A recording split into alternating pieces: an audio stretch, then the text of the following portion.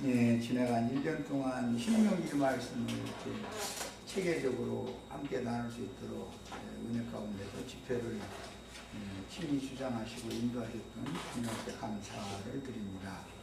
오늘 이제 모세의 죽음과 장사를 통해서 우리에게 마지막 신명기의 말씀을 교훈하시고자 하실 때에 우리가 마음을 열고 전심을 다해서 말씀을 받아서 나의 구원의 말씀으로 승화시켜서 나도 모세와 같은 남은 인생을 살다가 모세와 같이 주님께 데려옴을 받는 축복된 형제 자매님들이 다 될 수 있도록 오의 말씀으로 들려주시기를 주의 이름으로 기도합니다. 아멘. 자, 오늘 이제 우리는 신명기 34장까지 왔고 말씀을 이제 마감을 하려고 합니다. 지난 시간에 2시간 동안 전체적인 윤곽 말씀을 나눴고 오늘은 이제 세부적인 항목으로 들어갈 건데 우선은 이제 성경을 34장을 전체를 또박또박 다 읽어보고 시작하겠습니다. 모세가 모압 평지에서 누구 산에 올라가 여리고 맞은편 비스가 산 꼭대기에 이름에 여호와께서 길과 두 땅을 다한까지 보이시고 그 온 납달리와 에브라임과 므낫세의 땅과 서해까지의 유다 온 땅과 네겝과 등요나무에서 여리고 골짜기 평지를 소알까지 보이시고 여호와께서 그에게 이르시되 이는 내가 아브라함과 이삭과 야곱에게 맹세하여 그의 후손에게 주리라 하느니라. 내가 네 눈으로 보게 하였거니와 너는 그리로 건너가지 못하리라 하시니 이에 여호와의 종 모세가 여호와의 말씀대로 모압 땅에서 죽어 벳보알 맞은편 모압 땅에 있는 골짜기에 장사되었고 오늘까지 그의 묻힌 곳을 아는 자가 없느니라. 모세가 죽을 때 나이 120세였으나 그의 눈이 흐리지 아니하였고 기억이 쇠하지 아니하였더라. 이스라엘 자손이 모압 평지에서 모세를 위하여 애곡하는 기간이 끝나도록 모세를 위하여 30일을 애곡하니라. 모세가 눈이 아는 여호수아에게 안수하였으므로 그에게 지혜의 영이 충만하니 이스라엘 자손이 여호와께서 모세에게 명령하신 대로 여호수아의 말을 순종하였더라. 그 후에는 이스라엘에 모세와 같은 선자가 일어나지 못하였나니 모세는 여호와께서 대면하여 하시던 자요 여호와께서 그를 애굽 땅에 보내사 바로와 그의 모든 신하와 그의 모든 땅에 모든 이적과 기사와 모든 권능과 위엄을 행하게 하시되 온 이스라엘 중에서 그것을 행한 자였더라. 아멘. 아멘. 이제 이스라엘 백성들을 출애굽시켜서 광야 끝 특히 요단 동편에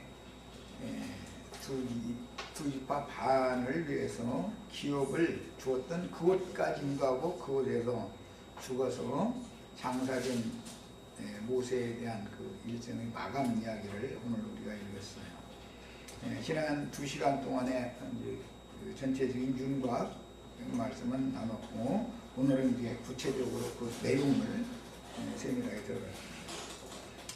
아론과 모세는 하나님의 종으로 충성하되 이스라엘 백성들을 애굽에서 인도하여내어 신의 광야길을 인도하는 사명을 수행하다가 미디안 광야의 모압 땅에서 죽어서 벳보을 맞은편 시딤 골짜기에 장사되므로 가나안 땅에 들어가서 그 땅을 밟아보지는 못하였습니다.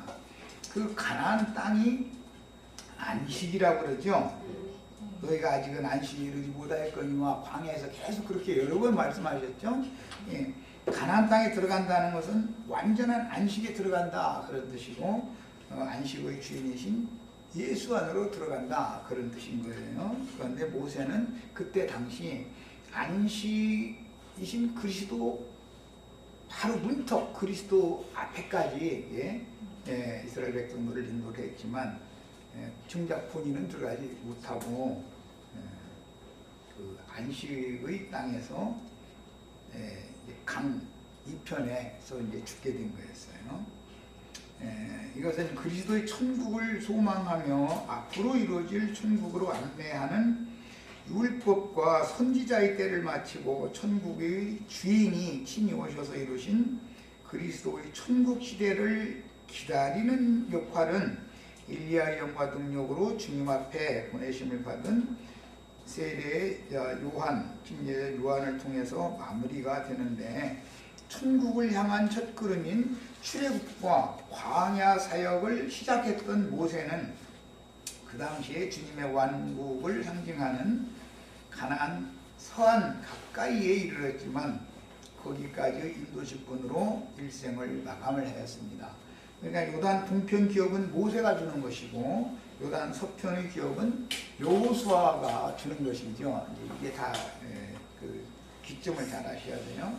예수님은, 사람으로 오셨던 예수님은 요단 동편 기업을 주시는 모세를 통해서 구약 성경에 예언적으로 말씀하셨던 모든 그 율법을 이루시러 오신 것이죠. 예수님은. 모세는 오용적이고 예언적으로 앞으로 될 일에 대해서 예언을 했었던 것이고, 그 모든 모세의 예언을 예수님이 오셔서 응하게 한 거예요. 예수가 죽고 성령이 임하시면 요단 서편으로 들어가는 정복전쟁이 이제 시작이 되는 건데, 그 정복전쟁은 능력의 영을 받은 제자들이 땅끝까지 나가서 전도를 하는 것을 상징하는 거예요. 가나안 땅 정복전쟁이라는 것은 주님의 보내심을 받은 제자들이 전도하는 것을 상징한다, 이렇게 이해를 하시고 나서 성경 전권을 보는 그 틀을 이렇게 잡아주셔야 되는 거예요. 자, 전도자들이 전도를 하면 천국의 주인이신 주님의 나라 안으로 사람들을 데리고 들어가는 것이죠. 우리는 이미 천국 안에 들어와 있는 거예요. 구약시대 사람들은 천국을 바라보고 믿었고 우리들은 천국 안에 들어온 거예요. 유대인에게 보내어진 사도들까지는 천국의 문턱까지만 안내를 한 것이란 말이에요.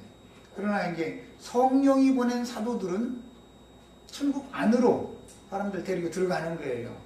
이것은 모세의 사역과 여호수아의 사역의 분기점을 내가 지금 말씀을 드리는 거예요. 이런 역사는 아론과 모세는 예수 그리스도께서 열어놓으실 셋째 하늘의 문턱에까지 인도하였지만 예수님이 오셔서 천국 복음을 전파하시기 전에는 천국이 닫혀 있었죠. 천국 문이 아직 열린 일이 없잖아요. 예수님이 먼저 그 천국의 문을 열러 오신 거예요. 그리고 예수님이 베드로에게 이제 그 천국 문을 여는 열쇠를 맡기셨고, 베드로는 유대인과 이방인들에게 천국으로 들어가는 것을 안내를 하고 바울 사도가 이어서 천국으로 다 데리고 들어가는 일을 이제 바톤을 이어서 받게 수행하게 됩니다. 자, 그래서 더 좋은 본향집에는 들어가지 못했다. 모세는 그걸 지향하고 바라는 받지만 오늘 말씀에 바라는 받죠. 그것은 소망을 삼고 이상 가운데 천국의 영광을 소망 삼았다. 원시한 눈으로 멀리까지 다 봤다는 거예요. 그 땅의 어떤 좋은 것을. 그렇지만 실제로 본인이 가서 밟아보지는 못했죠. 자, 모세로부터 세례 요한까지의 인도 직분은 천국에 가까이까지만 인도하고 천국을 여는 사역을 여호수아로 상징되어진 예수님께 맡기도록 하나님이 경륜적으로 이것을 정하셨다라는 것을 의미합니다. 모세가 가나안 땅에 들어가면 성경이 안 맞아 들어가는 것이죠. 그럼 율법으로 천국에 들어가는 것이 아니기 때문에 율법을 대표하는 모세가 가나안 땅에까지 들어가 버리면은 모세는 율법은 모세로 말미암아 주신 것이고 은혜와 진리는 천국은 은혜와 진리로 들어가는 거니까 은혜와 진리는 예수 그리스도로 말미암아 온 것이다. 천국은 예수 그리스도로 말미암아 오는 거예요. 모세는 천국으로 안내하는 목적지 바로 문턱에까지 이렇게 인도하는 역할을 했어요. 그러니까 율법의 역할이라고 하는 것은 천국으로 안내하는 역할을 하는 것이지 천국에 데리고 들어가는 것은 아니라 그 말이에요. 세상에서도 율법에 따라서 내가 죄인이라는 걸 깨닫고 회개하기까지는 율법이 필요하죠. 내가 죄인이라는 걸 깨닫게 만들어야 되니까. 그러나 이제 일단 회개해서 하나님의 사면을 용서를 받아서 받으심이 되면 그 사람은 천국 안에 들어갈 수 있는 자격이 주어진 사람이란 말이에요. 그래서 요한은 회개케 하기 위하여 물러세례를 주는 분이고 예수님은 이미 회개한 사람들을 천국에 데려가는 역할을 하는 일을 하러 오셨단 말이에요. 분기점을 잘 이해를 하셔야 되겠어요. 율법이 하는 일과 은혜와 진리가 하는 일을 잘 이해를 하셔야 돼. 이제 여기서 이제 많은 사람들이 복음에 대한 이 구속사에 대한 혼동을 많이 하고 있는데 예수 그리스도의 은혜와 진리로 말미암아 우리가 지난 죄들을 단번에 다 사면을 받았다라고 하는 것은 아까 우연찮게 우리 이제 어떤 질문이 있다고 그래가지고 이제 대화를 나누는 중에 그러니까 그렇게 두고 왔는데 이게 성경의 구속사라는 건 전부 성경이라는 것은 법적 용어예요. 법적인 용어들이기 때문에 구속이라는 말 자체도 속량, 뭐 해방시켜주다 이런 것도 다 법적인 용어들인데 해방을 시켜줄 때 죄인을 대가 지불도 없이 그냥 해방시켜주면 불의한 하나님이죠. 그래서 그 죄값을 위해서 우선 돈으로 법정에다가 보석금이라는 걸 내고 몸은 나올 수 있죠. 죄인이지만 그 보석금을 예수님이 냈다. 예수의 피가 보석금인 것이죠. 은30이라는 것이 우리 모두를 위한 보석금이에요. 이렇게 해서 해방된 사람들이 우리가 아직 혈과 육의 육신의 이 장막을 입고 이 생에 살아있는 동안은 그의 혈기나 육체의 각색 정욕들이 없어졌다, 심판거리가 없어졌다라는 말이 아니고 그건 그대로 있지만 보석금을 받았으니까 형벌을 하지 않는다 예요. 그리고 풀어주는 거예요. 법정에서 그런 경우를 몇 년 형은 이 사람의 형벌은 몇 년 징역을 받아야 되는 사람인데 그 다음에 그것도 뭐라 그 용어를 또 있잖아. 집행유예 몇 년 조건으로 해서 내보내준다. 그 사람을 그냥 무조건 법대로만 하자면 그냥 가둬버려야 되는 거예요.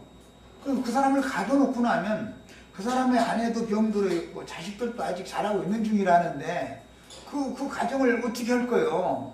그러니까 모든 것을 판사는 참작해서 너 3년이면 3년 동안 넌 징역에 처해야 하는 그런 중죄가 있다. 범죄인이다. 그러나 네 모든 상황을 참작하고 네가 내 잘못했다고 너의 죄를 시인을 하니까 그렇다면 조건부로 너를 풀어준다. 그 유예 기간이 몇 년이다. 징역 3년에 집행유예 뭐 2년 이런 식으로 해서 내보내주죠. 그럼 그 2년 동안에 지난번에 저지른 죄를 2년 동안에 또 저질러 가지고 다시 법정에 오면은 가중처벌을 받죠. 가중처벌. 전에는 3년형을 받으면 됐는데 이제는 너는 지난번에 회개했다고 내가 잘못했다고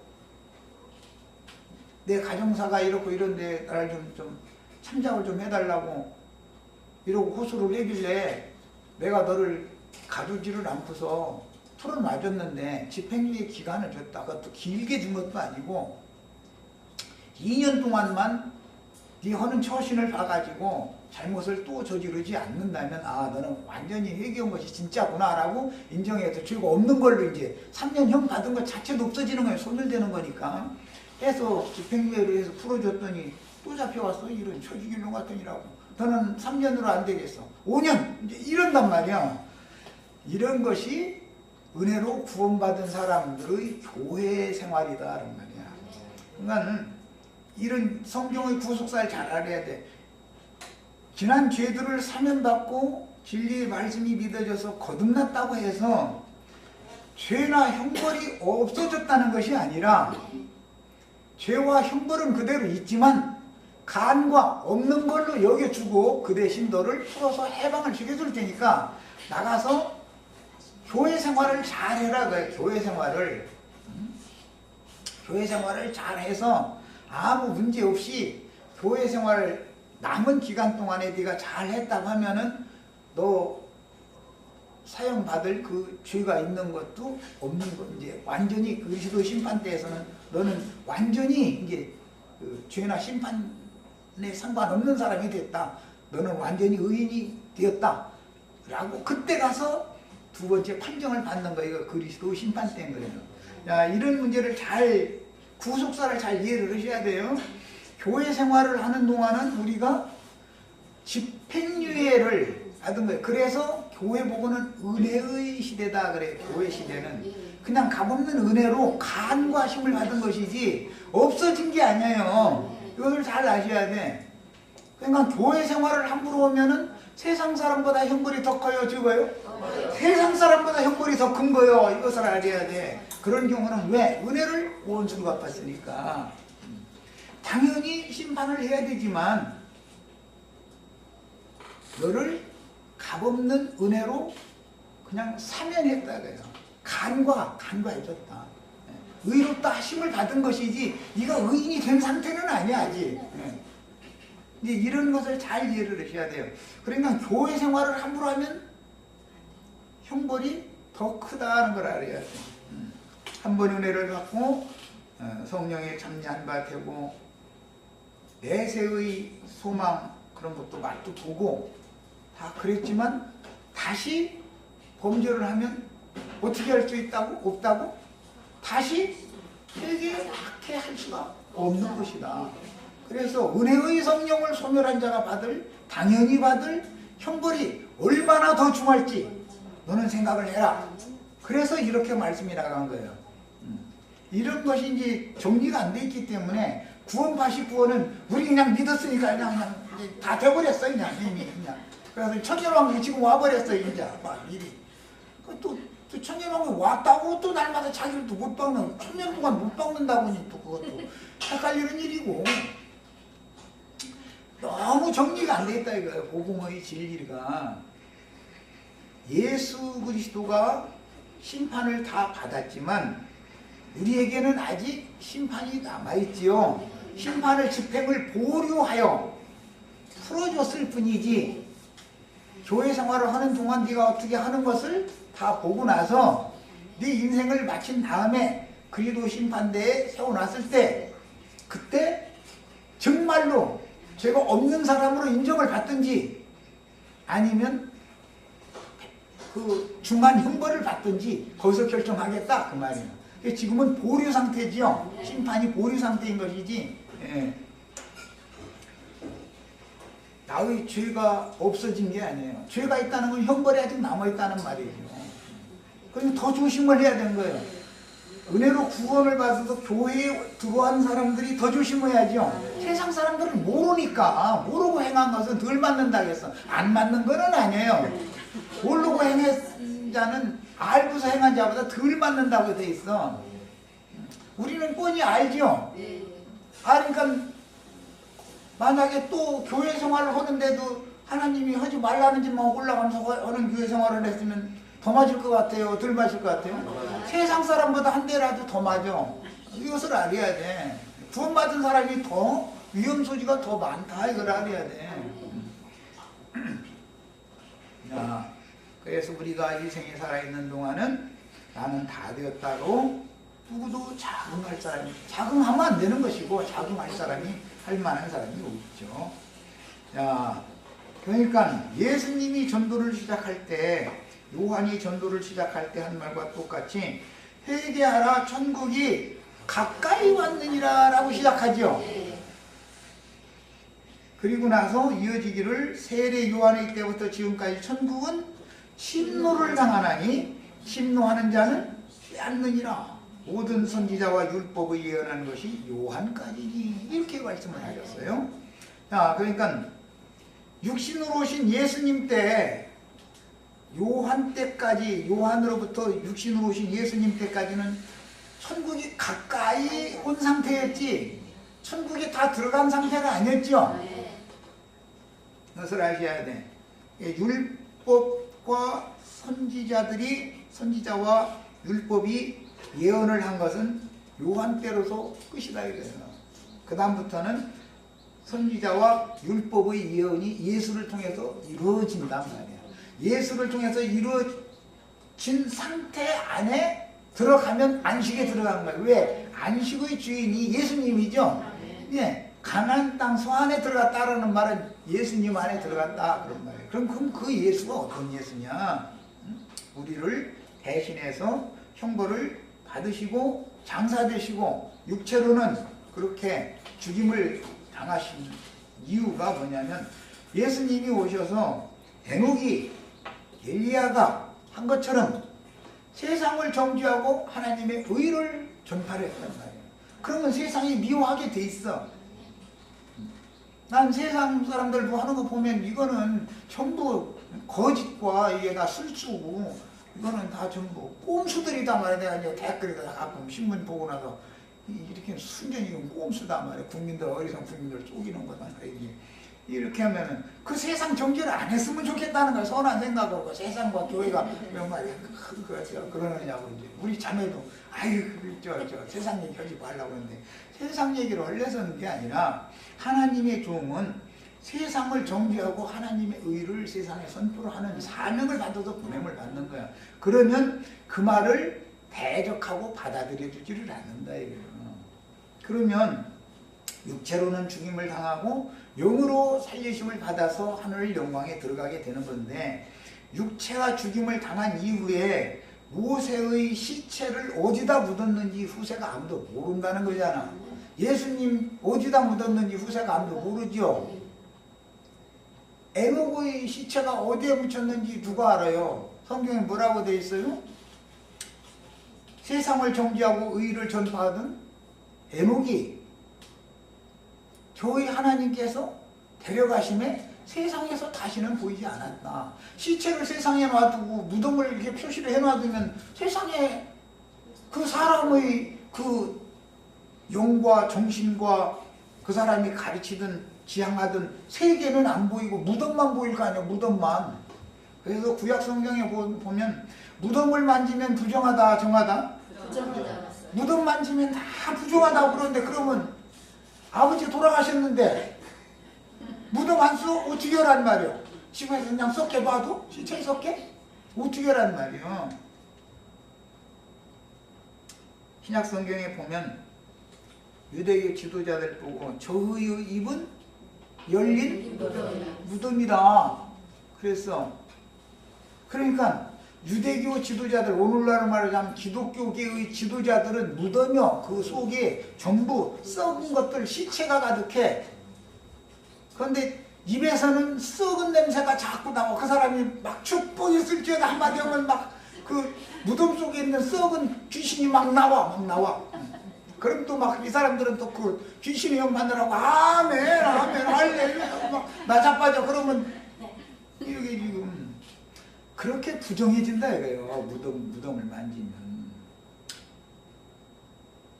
사람을 신선하게 하고 살려야 되는 것이지 자꾸 무덤 속으로 사람을 끌고 가는 어떤 사람이 바로 곧 무덤이다 이 말이에요. 그래서 두 무덤 사이에서 날마다 자기 몸을 헤쳐가면서 소리를 그렇게 지르는 군대 귀신 들린 자가 있었다는 거 아니요? 그러면 이제 설교 내가 잠깐 들어보니까 그 공동묘지 무덤이 바짝바짝 있으니까 그 두 무덤 사이에 앉아서 막 소리를 질렀대 누가 귀신이. 지가 그지도고 있으면서 그걸 얼마도 몰라. 그 사람들이 지금 주장하고 신자들에게 가르치는 천당이라고 하는 것이 배나도 깊은 지옥이지요. 무덤이지요. 세상 사람들은 이미 다 죽은 자들이니까 무덤에 있는 자들이죠. 저는 더 깊은 무덤으로, 이미 무덤에 있는 자들 무덤 파가지고서 더 깊은 무덤에다가 아까 밀리한다고 그래가 밀리에 장사 이미 된 무덤 갖다 옮겨주려고 그 난리를 하고 있어. 두 무덤 사이에서 날마다 소리 지르면 축복받으라고 하겠어요? 저주받으라고 소리 지르겠어요? 전도한다고 소리 지르는 것이지 괜히 노래 부르느라고 소리 지르는 건 아니잖아. 그런 사람들을 만지면 죽는다고요. 부족해진다. 무덤 얘기가 다 한두 번 감사네. 모세의 무덤이 세상에 없었었다. 에녹의 무덤이 없었고 예수의 무덤이 없었고 요한의 무덤이 없었고 장사 지냈지만 요한 무덤 어디에 있다 뭐 이런 거 사실 없어. 누가 알아 그런 걸.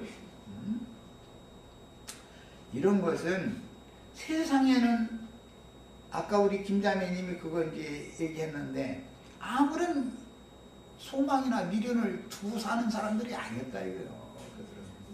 그러니까 세상을 담대하게 정죄할 수가 있는 거예요. 의의 거하는 바 새하늘과 새 땅을 상징하는 가나안 땅에 소망을 줬다 이거예요. 모세는. 그러니까 육신의 몸이야 흙에서 온 것이니까 요단 동편 땅에 귀신들의 처소에 육신의 몸을 장사를 했지만 그 장사한 그 무덤을 모른다는 건 흙으로 돌아가 버렸다라는 말이죠. 없어진 것이죠. 세상에서 아무리 무덤 멋있게 해놔도 수십 대 지나가고 나면 없어져 버려. 없어지지 말라고, 썩지 말라고, 이제 흙 무너지지 말라고 요즘에 또 돌 갖다가 인양해서 다 해놨었지만 그걸 그냥 남기려고 해를 썼어 사람들이. 돌무덤에 들어간 사람 예수님이에요. 근데 저희가 그냥 돌무덤에 들어가서 그렇게 애를 썼었는데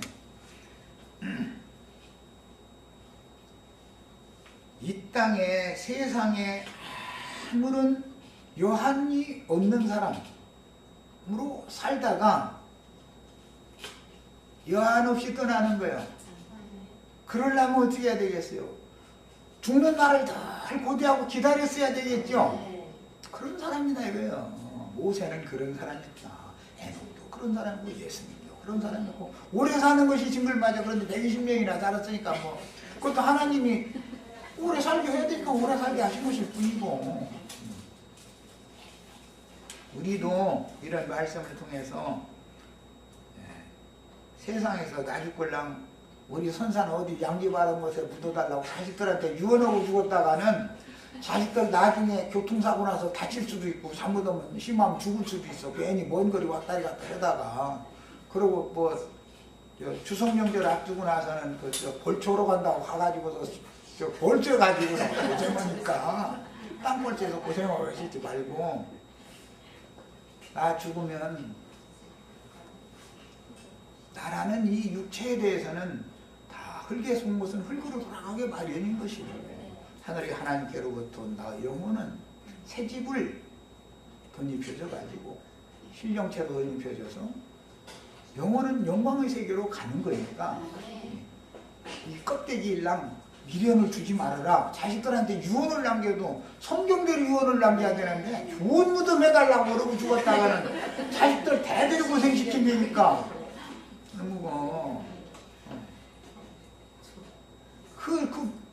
그러고 좋은 걸 보느냐면은 좀 심각한 얘기지만 내 자식이 너무너무 힘들고 지치고 너무너무 절망적이고 소망이 딱 끊어지면은 마지막으로 내 죽어서 누워있는 그 무덤에 와가지고 아버지 해가면서 눈물 흘리는 걸 안 보려면 무덤 있어야 되겠어요? 없어야 되겠어요? 내 말 명심해서 들으시오. 사람이 세상에서 제일 지치고 자살을 내일 난 자살하겠다 하면은 마지막 아버지한테 인사드리러 거기가. 그러니까 그런 꼴 안 당하려면 믿음의 선진들처럼 이 땅에다가는 무덤을 남겨놓지를. 그런 어차피 흙으로 돌아가는 거예요. 어차피 한중 흙으로 온 것은 흙으로 돌아가는 거예요. 미련을 두시지 마셔.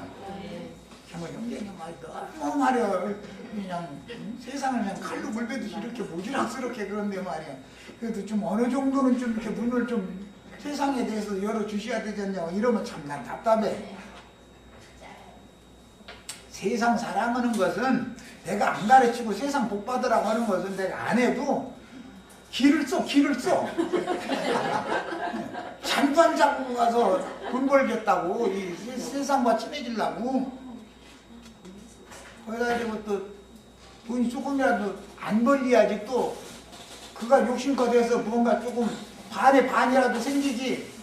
그러면 빈집만 골라가면서 또 이제 그다음부터는 그러니까 그 아예 세상에 사는 동안은 굶기면 굶겨도 감사하고 먹였으면 먹였으니 감사하고 오늘 아침에 눈 뜨게 해줬으면 눈 떴으니 감사하고 눈 그냥 감고 영원히 감게 만들었으면 또 그냥 감게 해주셨으니까 감사하고 이러고 살아야지. 이 땅에다는 무엇이라도 끈을 남겨두시면 안 됩니다. 땅에다가 끈을 남겨두시면 안 돼요. 내가 너무 심히 가르치는 게 아니에요. 이게 믿음의 선진들은 다 그렇게 살았다는 거예요. 모세같이 훌륭한 선지자인데 야 나에다 돌비에서 멋있게 세우고 그냥 사방에 막 돌로 해서 빙빙 둘러싸가지고서 무덤 그냥 막 크게 좀 해놔달라고 유언했으면 그 무덤이 왜 없어졌겠어? 왜 웃겠어? 모세는 티끌로 온 인생은 티끌로 돌아가라라는 것을 너무 정확하게 알고 완전한 영원한 안식에 들어가는 것만을 목표 삼아서 살았다고요. 그래서 히브리서 기자가 뭐라고 말했어? 우리의 믿음의 선진들은 더 좋은 안식에 들어가기를 위해서 더 좋은 참곤양에 들어가는 것 그것을 위해서 이 생에 사는 동안은 그냥 장막 생활을 했었다. 그리고 나그네로 살았다. 그래서 그런데 뭔 너무 입으로는 그 구절 다 읽어도 이 땅에서 살 때 부귀영화 누리는 것 그것이 맘대로 안 됐으니까 죽어서라도 이름 날리려고 무덤 크게 써달라고 이러고 그러면 성경하고는 너무 안 맞는 거예요. 예배당 목사님들 또 목사님들 얘기 안 할 수가 없는데 엉뚱한 거 가르치지 말고 성경대로 가르쳐 좀 제발 좀. 보면은 뭐 며칠 요단강 건너가 만날이 여가면서 믿지도 않는 사람 보고 죽으면 예배당에 가서 뭐 이게 등록 이름만 써놨으면 성도 뭐 아니면 집사 뭐 권사 장로 이러면서 그 초상 치르는데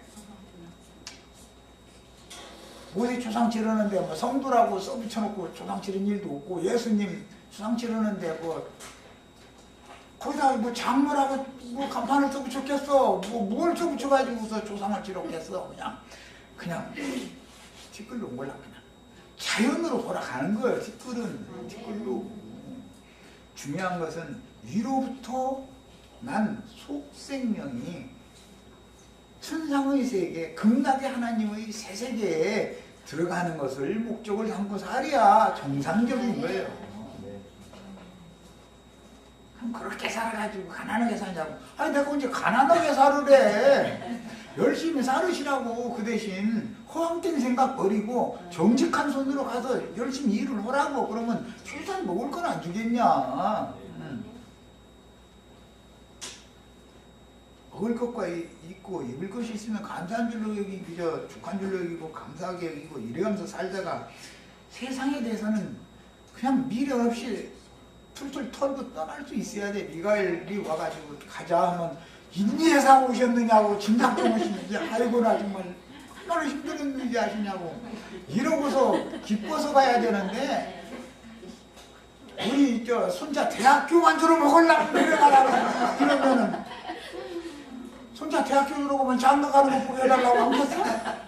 손자 장가 가고 나면은 한 한 1년, 2년만 더 연장해줘야 정순자 좀 얼굴 좀 한번 보고 가게 해달라고 한도 끝도 없어. 이거 해결이 안 나는 일이에요. 육체에 대한 미련이라는 건 좀 이해가 다 충분히 있기를 바라요.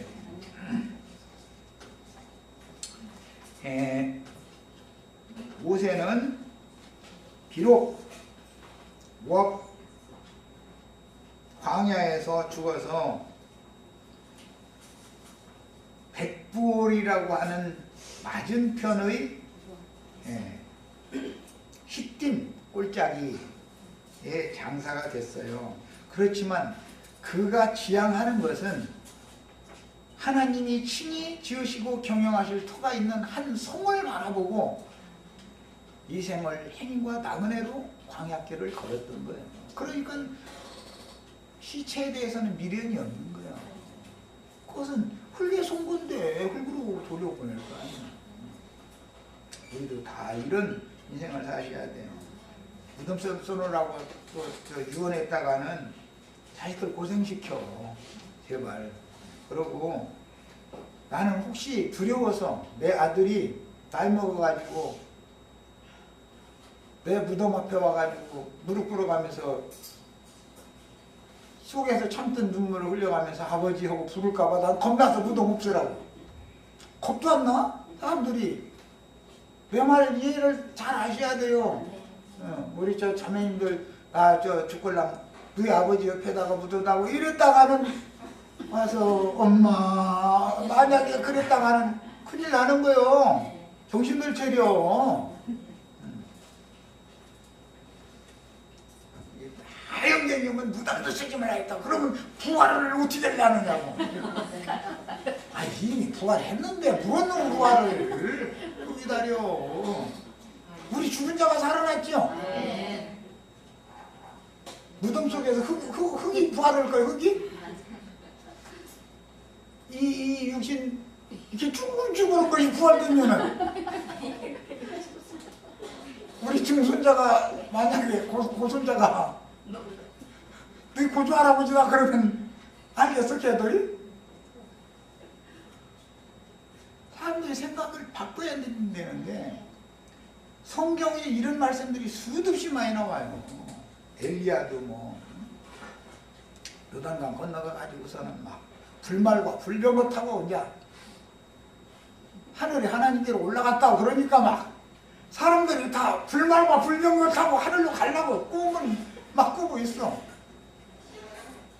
성경에는 말은 육체요. 대부분 세상 사람들이다 그랬어. 그러면 말이라는 건 내 육체를 말로 비유한다 이거예요.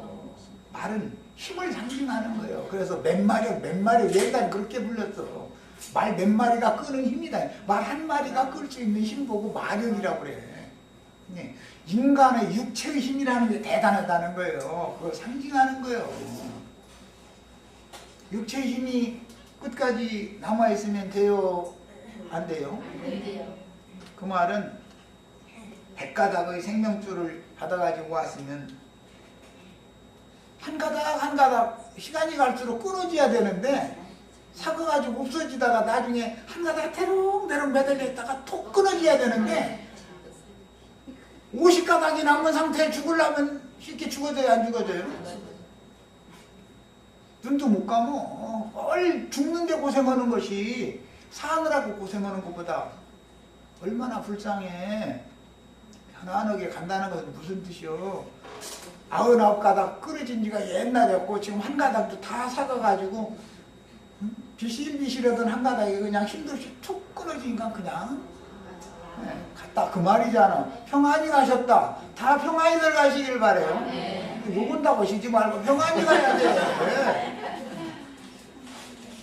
사람이 흙에서 온 것은 흙으로 가는데 엄마 뱃속에서 나오면 내가 살라고 태어난 줄 알고 있지만 어리석은 소리 그만하라고 그래. 엄마 뱃속에서 나오자마자 응아하기 시작해서 하루 지나면 하루 죽은 거예요. 10살 지나면 10살만큼 죽은 거예요. 50살 살았어. 그게 산 게 아니요. 죽음이 가까웠다. 그러니까 육신으로 온 인생은 죽으러 태어난 것이지 살라고 태어난 게 아니요. 이걸 알아야 돼. 위로부터 거듭난 생명이나 영원한 생명으로 사는 것이지 혈과 육으로부터 보냄받은 이런 생명은 여기 미련을 절대 두시면 안 되는 거예요. 그거는 진리를 모르는 사람이야. 그렇다고 또 그럼 막 육신을 학대하라고 막 하느냐고. 난 육신을 학대하라고 안 해. 건강 먹여 다 써야 돼요. 건강. 하루를 살다 죽어도 건강하게 살다 죽어야 돼. 왜냐하면 육신이 비실비실하면은 자식들이 몇 년 유도하다가 손 들으면 속으로는 아이고 저는 왜 안 가시고 힘들까? 나도 살기 힘들어 지금 사실은. 속으로 이런다고 겉으로 왜 그렇게 하겠어? 그러면 또 만약에 그 소리를 그냥 속으로 이제 쭝얼거리는 소리 만약에 들었다 그러면 이제 아이고 내가 부러져졌다고 이제 난리나고 이제 그렇게 사시지 말라고. 얼마나 인생이 이게 불쌍한 인생들이야. 하루를 살다 죽어도 하나님을 향하여 믿음을 지키고 달려갈 길을 마치는 그런 인생을 사셔야 돼. 진리를 배워야 돼. 그래서 네. 구약 성경에는 광야에서 죽은 모세가 모압 평지의 십김 벳부을 맞은 병이다 그랬는데 벳이라는 말은 집이라는 뜻이에요. 전이라는 뜻이요. 부올이라고 하는 것은 바알 신 이름이요. 불이라는 뜻인데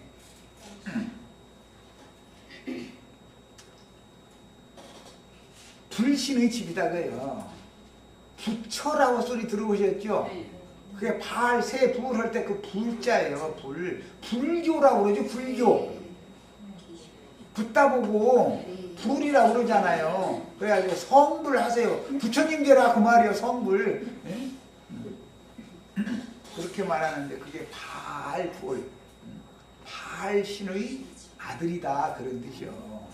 그러니까 또 여기 바로 절이 앞에 있는데 주인이 들었다가는 우리 저 하나님이 사탄이냐고. 그런데 그 사람들 사실은 알고 있어요. 자기네들의 그 교리에 그들은 뭘 기다리죠? 주 예수의 오시옵소가 아니죠. 사탄이요 어서 오시옵소서. 그들은 늘 기도를 그 기도를 하죠. 왜? 사탄이 자기네들이 구원자라고 믿으니까.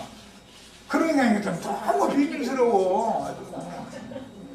그들은 늘 기도하면 마지막에 사탄이여 어서 오시옵소서요. 성경은 아멘 주 예수여 어서 오시옵소서요. 이것을 잘 알아야 돼. 이런 정도도 몰라가지고서는 괜히 인생 사는 헛사는 거지 뭐. 그래서 그 바알부올이라고 하는 벳부올 맞은편에 장사가 됐다라는 것은 몸으로야 그 지역에서 죽었지만 그 영혼은 맞서는 사람이었다. 그 신과 신싸움을 하는 데서 여호와신은 바알신과 대적관계다 그 말이에요. 우리도 이런 신앙. 그래야 영이 이런 영을 받아야 바알신은 세상에서 축복받 세상 사람들 세상에 축복 땅에 복을 주는 신이지요. 그래서 예배당 목사님들이 늘 바알의 사제들이기 때문에 악한 자의 아들들이기 때문에 강대상에서 날마다 거짓 예수 다른 예수 이름으로 사실은 불의 이름이요. 그게 바알의 이름으로 축도를 날마다 해주는 거예요. 그러면 그 축도 받고 뒤집어져. 아주 그냥 아이고 나는 정말 무엇이 그렇게 좋은지. 진리를 몰라서 그러는 거다 그래요. 자기 남편이 아닌 어떤 이상한 놈하고 이상한 짓 하니까 그 난리를 빚이지. 자기 남편하고 뭐 정상적인 관계를 내면 뭐 그렇게 뒤집어지고 난리를 냈었겠어. 그게 간음하느라고 그러는 것이지 뻔한 일인데 그것은 혼을 격동시키는 그런 정도를 하니까 그런 말씀을 자꾸 받아들이는 거예요. 사람이 심령으로부터 안정을 찾아야 되는 것이고 그 마음이 평화를 누려야만 안식에 들어간 사람인 것이지 심령이 안식이 없어. 평화가 없어. 마음이 안정이 없어. 그런 사람, 그런 축복을 많이 받으면 사람들이 마음이, 혼이 붕 떠다녀. 이렇게 여기저기 어디로 떠다니냐면 귀신이 오라는 것으로 그냥 끌려다녀. 금방 앞에 가서 괜히 쳐다보고 앉았고 뭐 물방울 반지 오래 쳐다보면 눈만 아파지. 그게 내 것도 그게? 뭐 옆집에 막 뭐 자동차 새로 샀다 그러면 가서 막 중고시장에서라도 잘 골라서 샀으면 오래 파면 되는 거예요. 걱정하시지 마. 주신 거 감사해가면서 사시는 그런 성도들이 되시길 바랍니다. 3시간 마칩니다.